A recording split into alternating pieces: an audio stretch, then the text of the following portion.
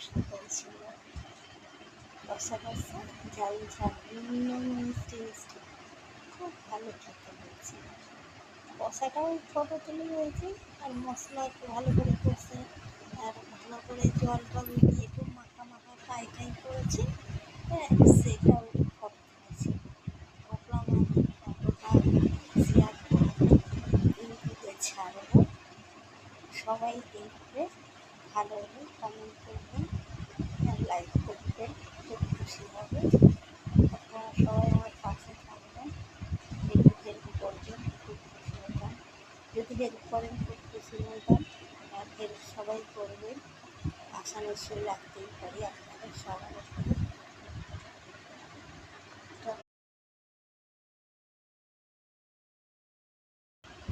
কষা, ক্যাংড়া কষা, সেটারও ফটো তুললাম, ফটো তুলে দিয়েছি।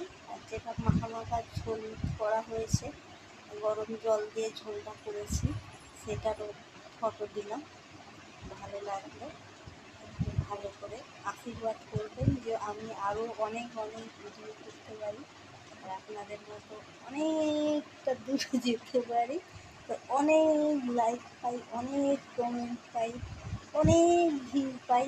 হ্যাঁ, আশীর্বাদ করবেন সবাই।